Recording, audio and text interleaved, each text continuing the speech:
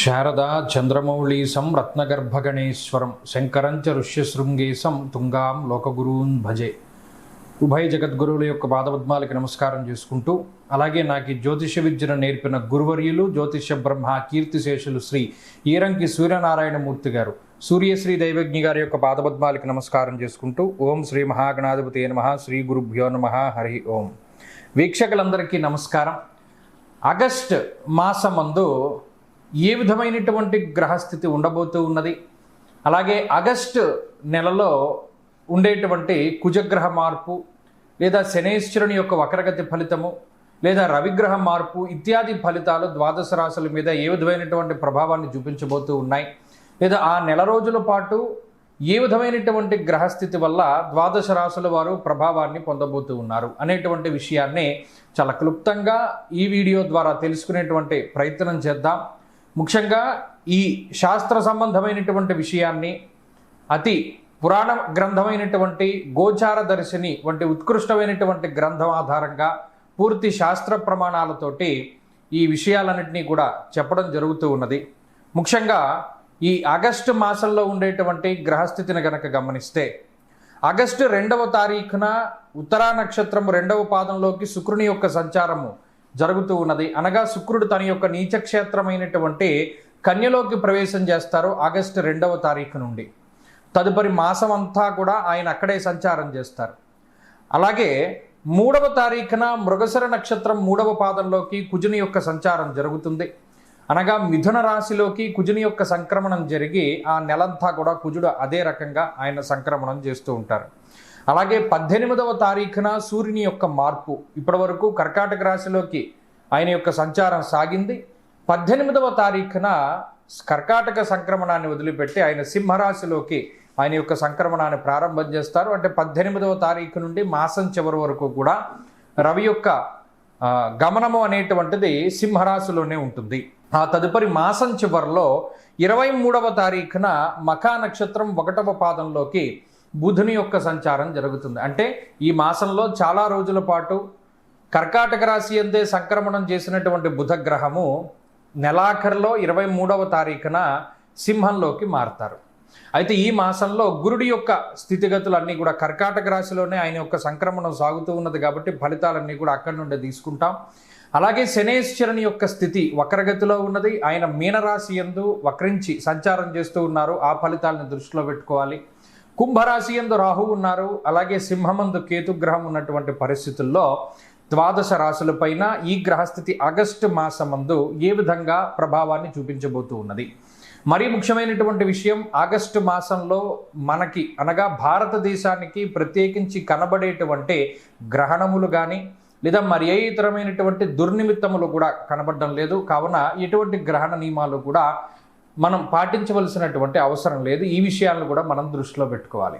ఇక ఫలితాల విషయాన్ని మనం చూద్దాం. వృషభ రాశి వారికి ఈ మాసం మధ్యస్థమైనటువంటి మాసంగానే చెప్పవచ్చును. కారణం ఏమిటి? ఈ రాశి వారికి జన్మకుజుని యొక్క దోషం పోయింది. ఇది చాలా గొప్ప విషయము. జన్మకుజుడు వృషభ రాశి వారిని చాలా ఇబ్బంది పెడతారు. మరీ ముఖ్యంగా యక్షరాక్షస పీడితం అన్నది శాస్త్రం. అంటే రాక్షసుడు ఏ విధంగా అయితే ఏడిపిస్తాడో కుజుడు జన్మరాశిలో అంత పీడిస్తాడు. మరి ఇప్పుడు ఆ దోషం పోయింది. ఇది కొంత ఉపశమనము. అలాగే తృతీయమందు రవి యోగిస్తూ ఉన్నారు. ఆరోగ్యం నిత్య సంతోష అనేటువంటి శాస్త్రవచనం ప్రకారం రవి నిత్యము ఆరోగ్యాన్ని ఇస్తూ ఉన్నారు, ఐశ్వర్యాన్ని ఇస్తూ ఉన్నారు, మానసిక ఉల్లాసాన్ని ఇస్తూ ఉన్నారు. అది 18వ తారీఖు వరకే. 18 తర్వాత 4వ స్థానంలోకి వెళ్ళేటువంటి రవిగ్రహం వల్ల మరలా కొంత ఉద్యోగపరమైనటువంటి విషయాలు, కుటుంబపరమైనటువంటి విషయాలు ప్రభావితం అవుతాయి. సరే, ఆ విషయాన్ని పక్కన పెడితే లాభస్థానం ముందు ఉండేటువంటి వక్రగత శనేశ్వరుడు యోగ్యమైనటువంటి గ్రహంగా ఉన్నారు. ఇది చాలా గొప్ప విషయం. వృషభ రాశి వారిని ఇదే కాపాడేటువంటి అంశంగా కూడా చెప్పవచ్చును. లాభస్థానంలో శనేశ్వరుడు ద్విగుణీకృతమైనటువంటి ఫలితాలను ఇస్తాడు. అంటే మంచే మరింత శుభ ఫలితంగా పరిణామం చెందుతూ ఉంటుంది. కాబట్టి అటు దేశాంతర వాసానికి సంబంధించిన విషయాలు, ఆకస్మిక ధన ప్రాప్తి, నష్టపోయినటువంటి ధనాన్ని ద్రవ్యాన్ని తిరిగి పొందుతూ ఉండడం, నష్టపోయినటువంటి అవకాశాలను తిరిగి పొందుతూ ఉండడం, ఇటువంటి అంశాలన్నీ కూడా వృషభ రాశి వారిలో ఈ ఆగస్టు నెలలో చాలా ఎక్కువగా కనబడుతూ ఉంటాయి. అలాగే చాలా కాలం తర్వాత మిత్రులు, సన్నిహితులు, ఆత్మీయులు, బంధువులు, ముఖ్యంగా మీకన్నా ముందు పుట్టినటువంటి వారిని వీరందరినీ కూడా కలుసుకుంటూ ఉండేటువంటి పరిస్థితులు ఈ మాసంలో ఎక్కువగా కనబడుతూ ఉన్నాయి. అలాగే ఉద్యోగ సంబంధమైనటువంటి విషయాలు, వ్యాపారము లేదా ఆర్థిక సంబంధమైన విషయాలు, కుటుంబపరమైన విషయాలు ఇవన్నీ కూడా 18వ తారీఖు ముందు వరకు చాలా అనుకూలంగా ఉన్నాయి. సరే, ఇప్పుడు ఈ 18వ తారీఖు తర్వాత విషయానికి వస్తే కుజుడు 2వ భావంలో ఉన్నారు, చతుర్థ స్థానంలో రవి ఉన్నారు. ఈ అర్ధాష్టమ రవి కానీ కుటుంబ స్థానస్థిత కుజుడు కానీ నోరు జారేటట్టు చేస్తారు. అదొక్కటి చాలా జాగ్రత్తగా చూసుకోవాలి. అంతఃక్లేశం గృహశ్చిద్రం సౌఖ్యహానిమ భోజనం అన్నారు. ఇక్కడ మనం గమనించవలసిన విషయం ఏంటి అంటే ఇంటి గుట్టు బయటపడుతూ ఉండడము, అలాగే ఇంట్లో ఉండేటువంటి వాళ్ళ మధ్యలో మనస్పర్ధలు వస్తూ ఉండడము, ఇటువంటి వాటికి ఏదైనా మీ మాట కారణమవుతూ ఉండడము, ఇటువంటి వాటికి ఎక్కువ అవకాశం ఉంటుంది. అదొక్కటి జాగ్రత్తగా చూసుకుంటే సరిపోతుంది.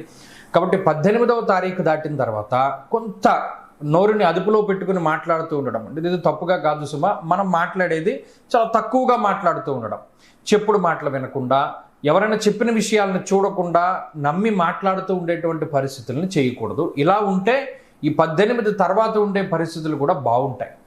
అలాగే వృత్తి ఉద్యోగాల పరంగా కొంత ఈ 18వ తారీఖు దాటాక కష్టపడవలసినటువంటి పరిస్థితులు ఉంటాయి. అంటే ఏదైనా ఎక్కువగా శ్రమిస్తూ ఉండడం, ఓవర్ టైం డ్యూటీస్ అంటారే, అలా ఎక్కువ సమయం పనిలో నిమగ్నమవుతూ ఉండేటువంటి పరిస్థితులు గోచరిస్తూ ఉన్నాయి. నిజానికి కుటుంబానికి సంబంధించినటువంటి ప్రాముఖ్యతను కూడా చాలా తక్కువగా ఇస్తూ ఉంటారు ఆ రోజుల్లో, అంటే ఎక్కువ సమయాన్ని కేటాయించలేకపోవడాన్ని కూడా గమనించవచ్చు. కాబట్టి వృషభ రాశి వారికి కొంత ఈ 18వ తారీఖు తర్వాత ఉండే గ్రహస్థితి కొంచెం ఇబ్బెట్టుగా ఉంది. కాబట్టి కొంచెం దాని నుండి మిమ్మల్ని మీరు కాపాడుకుంటూ ఉండడానికి ఈ మాసం మొదటి నుండే ఆదివారాలు ఎక్కువగా చేస్తూ ఉండడం, ఆదిత్య హృదయ స్తోత్ర పారాయణ చేస్తూ ఉండడం, మనకి ఇంకా వీలుంటే సూర్యుడికి సంబంధించి ఏదైనా అర్ఘ్యప్రదానం అది ఇస్తూ ఉండడం, నిరంతర సంధ్యావందనాదులు అవి చేసుకుంటూ ఉండడం ఇత్యాది విషయాల వల్ల కూడా ఎక్కువగా రవి బలాన్ని మనం పొందుతూ ఉంటాం. అలాగే సూర్యాష్టకంలో చెప్పిన విధానంలో ఈ ఆదివారం నాడు మనం తినకూడనటువంటివి పక్కన పెడితే కూడా ఆదివారం మంచి ఫలితాన్ని మనం పొందగలుగుతాం.